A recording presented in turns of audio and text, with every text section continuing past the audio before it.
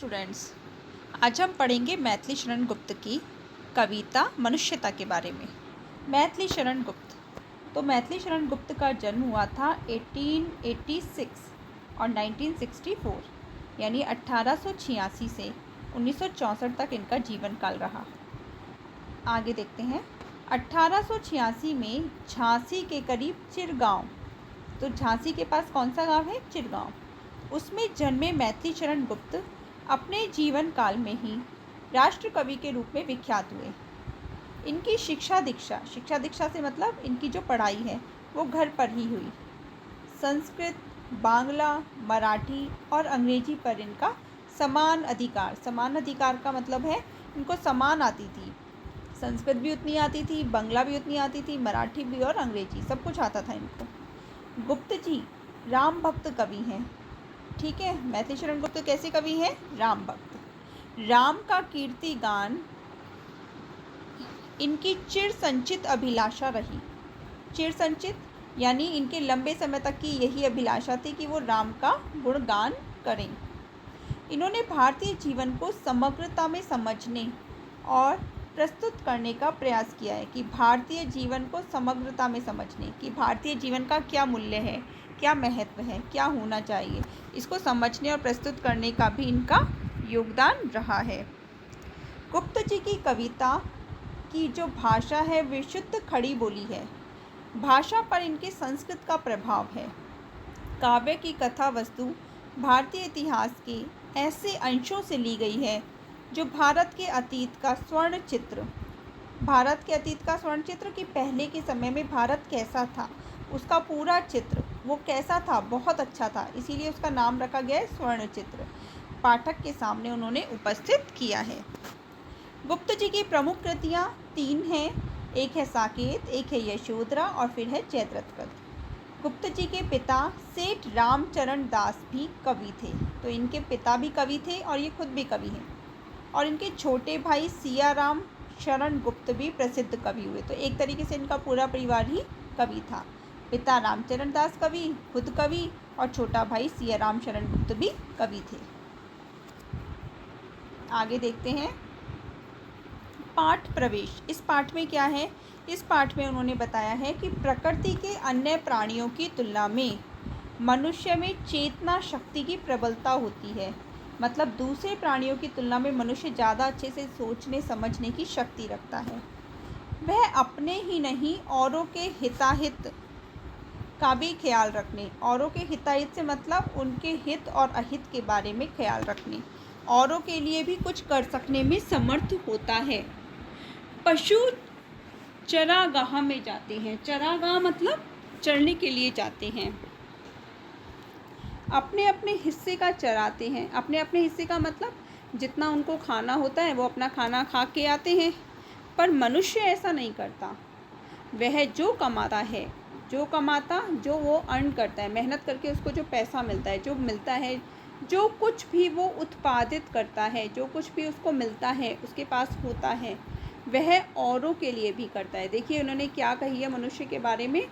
उन्होंने मनुष्य के बारे में कहा है कि वो पशु जैसा नहीं होता जो खुद ही खुद चरे, बल्कि वो जो कमाता है, जो कुछ भी वो पैदा करता है और औरों के लिए भी करता है, औरों के सहयोग से करता है। यानी मनुष्य कैसा प्राणी है? सामाजिक, और जो कैसे रहता है? मिलजुल कर रहता है, एक दूसरे की मदद करता है।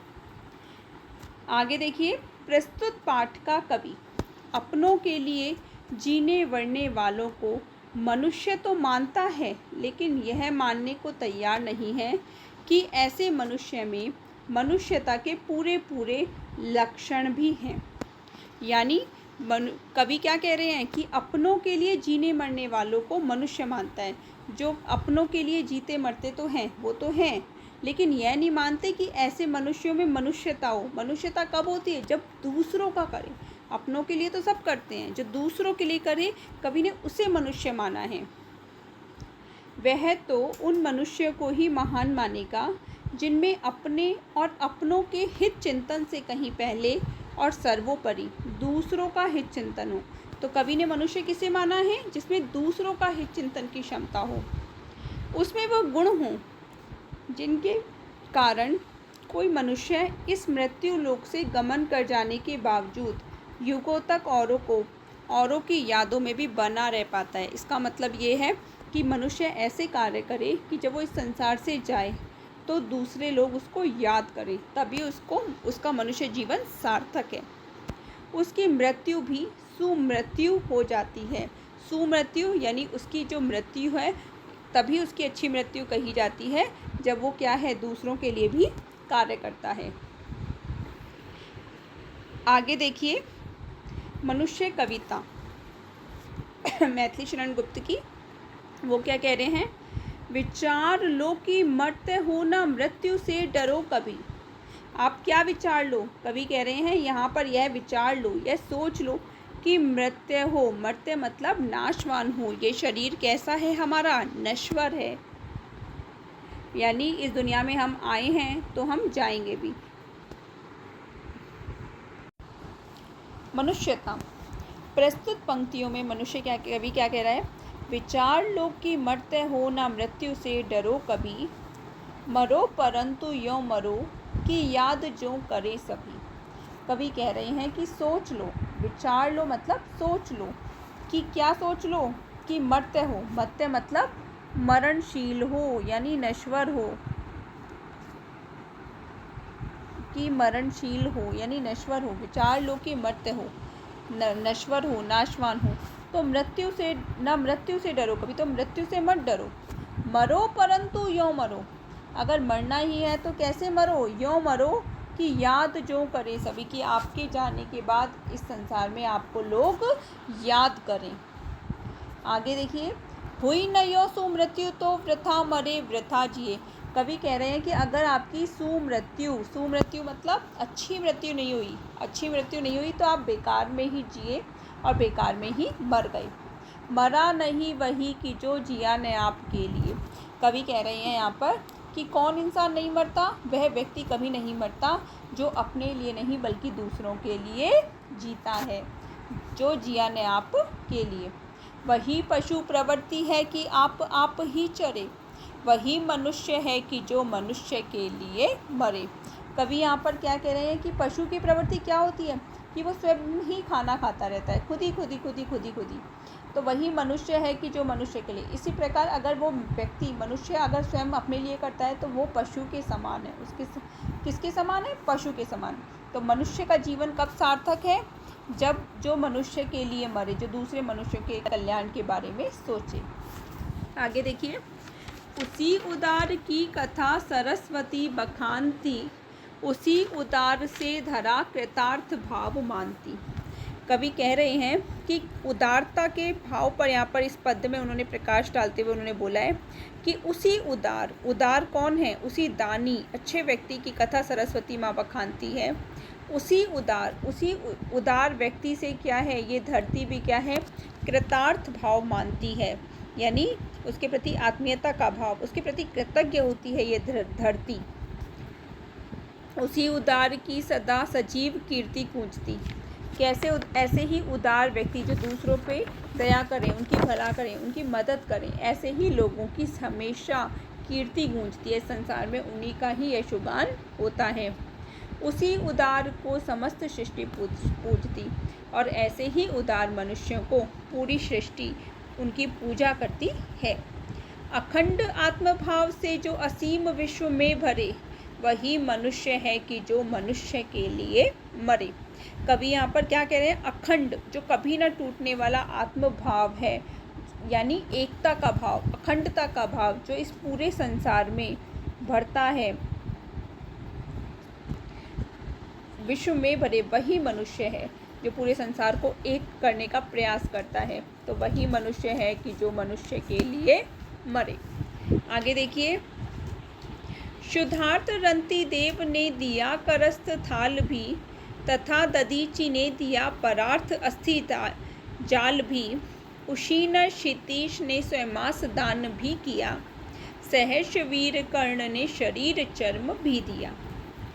कि कवि क्या कह रहे हैं कि यहाँ पर कवि ने दानवीर, महान दानवीर राजाओं का उल्लेख किया है इस पद में, कि शुद्धार्थ मतलब भूख से व्याकुल रंती देव, महान दानवीर राजा कौन, रंतिदेव जो तीव्र भूख से व्याकुल थे, उन्होंने करास्त थाल भी, अपने हाथों का थाल यानी भोजन का जो थाल था वो भी किसी को दे दिया। जो उनके पास भूखा व्यक्ति आया था उसको उन्होंने, वो भूख से खुद व्याकुल रंतिदेव राजा ने अपने भोजन का थाल भी दूसरे गरीब को दे दिया। तथा दधीची ने दिया परार्थ अस्थि जाल भी, और दधीची ने क्या किया, अपनी अस्थियों को भी दान में दे दिया।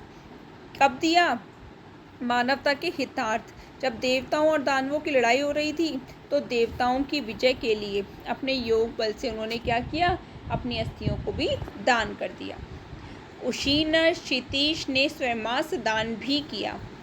अब यहाँ पर वो क्या कह रहे हैं कि उशीनर, राजा उशीनर, उशीनर क्षितीश, क्षितीश मतलब राजा, और यहाँ पर उशीनर राजा के बारे में है, जिन्होंने क्या किया, उशीनर ने एक पक्षी के प्राण बचाने के लिए अपने मांस को, अपने शरीर का जो मांस था उसको भी क्या कर दिया, दान में दे दिया।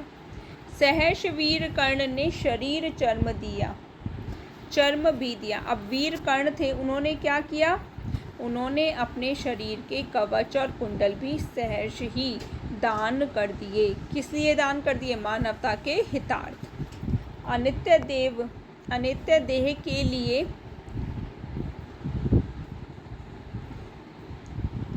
अनित्य देह के लिए अनादि जीव क्या डरे। कवि यहाँ पर कह रहे हैं अनित्य देह कि हमारी जो नाशवान शरीर है इसके लिए क्या है, जीव को नहीं डरना चाहिए। वही मनुष्य है कि जो मनुष्य के लिए मरे। मनुष्य कौन सा अच्छा है, जो दूसरे के मनुष्यों के हितार्थ कार्य करता है, वही मनुष्य सच्चा मनुष्य है। सहानुभूति चाहिए, महाविभूति है यही, वशीकृता सदैव है बनी हुई स्वयं वही। अब कवि यहाँ पर क्या कह रहे हैं, मैथिली शरण गुप्त, इन पंक्तियों में सहानुभूति और परोपकार की भावना, किसकी भावना, सहानुभूति और परोपकार की भावना और करुणा को मनुष्यता का सबसे उत्तम गुण मानते हैं। और कवि ने इसी गुण को क्या बोला है, महाविभूति। सहानुभूति एक श्रेष्ठ गुण है। सहानुभूति चाहिए, सहानुभूति क्या चाहिए कि हम दूसरे के दुख को अपना दुख माने और उसके अनुसार हम आचरण करें, यही महाविभूति यानी यही हमारा महान गुण है। वशीकृता सदैव है बनी हुई स्वयं वही। वशीकृता ऐसे लोगों के ही वश में जो पृथ्वी है वो भी क्या है, बनी हुई है, उन्हीं के ही वश में है। विरुद्धवाद बुद्ध का दया प्रवाह में बहा, विनीत लोक वर्ग क्या न सामने झुका रहा। कवि यहाँ कह रहे हैं कि शुरू में तो विरोध किसका हुआ, बुद्ध का, लेकिन बाद में उनके दया में पूरा संसार बह चला, सभी उनके साथ हो गए। विनीत लोक वर्ग क्या न सामने झुका रहा, ये जो संसार था विनीत यानी आदर के साथ उनके सामने झुक गया। आहा वही उदार है परोपकार जो करे। कवि क्या कह रहे हैं कि उदार कौन है, वही मनुष्य है जिसके अंदर परोपकार की भावना है। वही मनुष्य है कि जो मनुष्य के लिए मरे। कवि कह रहे हैं वही सच्चा मनुष्य है जो दूसरे मनुष्य के हित के लिए कार्य करता है। आगे देखिए, कवि कह रहे हैं कि रहो न भूल के कभी मदान्ध तुच्छ वित्त में, सनाथ जान आपको करो न गर्व चित्त में। तो यहाँ पर इन कवि ने क्या किया है, धन के उन्माद में अहंकारी न होने की प्रेरणा दी है। कि मदान्ध मतलब होता है धन, इस तुच्छ धन के आपको उसमें आकर अहंकारी नहीं होना है। कि रहो न भूल के कभी मदान्ध तुच्छ वित्त में, कि आपको भूल कर भी जो झूठा धन है इसके घमंड में नहीं रहना है, अहंकार नहीं करना है। सनात जान आपको करो न गर्व चित्त में। कवि कह रहे हैं यहाँ पे, आप अपने आप को ये मत मानो कि मेरा तो स्वामी है, मेरे तो हैं सिर पर हाथ रखने वाले। तो अपने इस बात को सोचकर आपको कभी भी घमंड नहीं करना है। क्यों नहीं करना है, अनाथ कौन है यहाँ। कवि कह रहे हैं यहाँ पर कोई भी व्यक्ति अनाथ नहीं है, त्रिलोकनाथ साथ हैं। सबके साथ कौन है, परमपिता परमेश्वर। जिसका कोई नहीं है उसके परमपिता परमेश्वर हैं। भगवान हमेशा सबके साथ हैं। दयालु दीन बंधु के बड़े विशाल हाथ हैं। अब दयालु दीन बंधु कौन है? भगवान। उनके हाथ कैसे हैं? बड़े विशाल। अतीब भाग्यहीन है अधीर भाव जो करे। कभी यहाँ पर कहते हैं जो व्यक्ति धैर्य नहीं करते, अधीर मतलब जो धैर्यवान नहीं होते, वो कैसे लोग हैं? भाग्यहीन हैं। वही मनुष्य है कि जो मनुष्य के लिए मरे। कभी यहाँ पर कह रहे हैं कि सच्चा मनुष्य तो वही है जो दूसरे मनुष्यों के काम आता है, उनके लिए जीता और मरता है। आगे देखिए, अनंत अंतरिक्ष में अनंत देव हैं खड़े। अनंत अंतरिक्ष, अंतरिक्ष को हम नाप तोल नहीं सकते, इसलिए हमने अंतरिक्ष को क्या बोला है? अनंत, जिसको कोई नाप नहीं सकता। वहाँ पर कौन खड़ा है? अनेक देवी देवताएं खड़े हैं।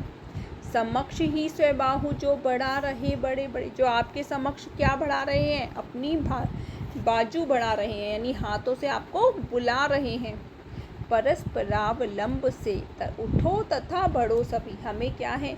आपस में एक दूसरे का सहारा बनना है। परस्परावलंब क्या होता है? आपस में एक दूसरे का सहारा बन के हमें उठना है और आगे बढ़ना है। आगे बढ़ना मतलब सबकी मदद करनी है, सबको आगे पहुंचाना है, सबके साथ अच्छा व्यवहार रखना है।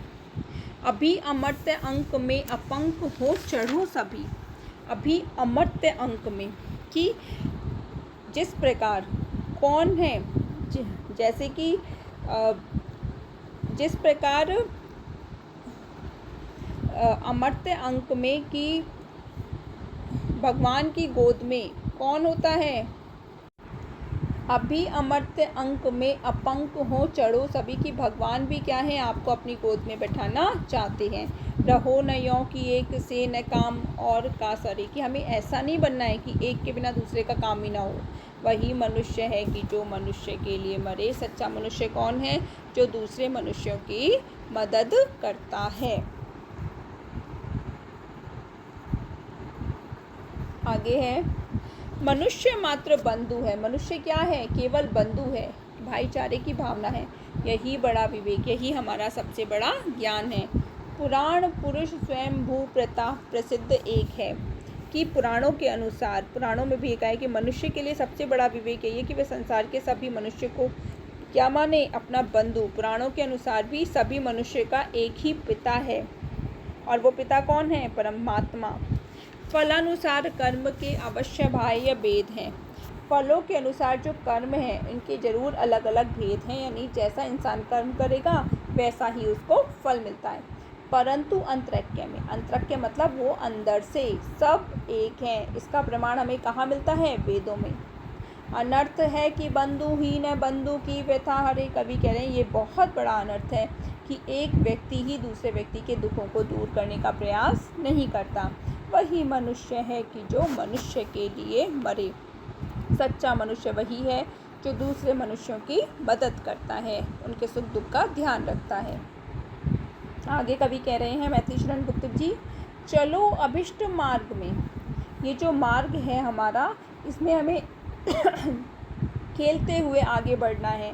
विपत्ति विघ्न, विपत्ति मतलब जो हमारे इस मार्ग में कठिनाइयाँ हैं, विघ्न परेशानियाँ हैं, जो पड़े उन्हें हमें क्या करना है? ढकेलते हुए आगे बढ़ना है। घटे न हेल मेल, हाँ बढ़े न भिन्नता कभी। हमारे आपस में क्या है? जो हेल मेल है, आपसी भाईचारे की, प्रेम की भावना है, ये कभी घटनी नहीं चाहिए। हमें वैर भाव नहीं आना चाहिए, अलग होने का भाव नहीं आना चाहिए। अतर्क एक पंथ के सतर्क पंथ हो सभी, कि बिना तर्क का एक रास्ता हो, सब उसमें एक साथ चलें। तभी समर्थ भाव है कि तारता हुआ तरे। तभी हमारा ये भाव है कि हम क्या है? एक दूसरे का उद्धार कर सकते हैं। वही मनुष्य है कि जो मनुष्य के लिए मरे। कवि कह रहे हैं कि सच्चा मनुष्य वही है जो दूसरे मनुष्यों के लिए जीता मरता है, उनके सुख दुख का ध्यान करता है। तो इस कविता में मनुष्य को उन्होंने परोपकार, राष्ट्रहित और उदारता की भावना को अपने जीवन में अपनाने के लिए प्रेरित किया है। इस कविता में मैथिली शरण गुप्त जी ने स्वयं की भूमि से उठकर पर की भूमि, अपने से लेकर दूसरों के कल्याण तक के जाने के लिए व्यक्ति को संबोधित किया है।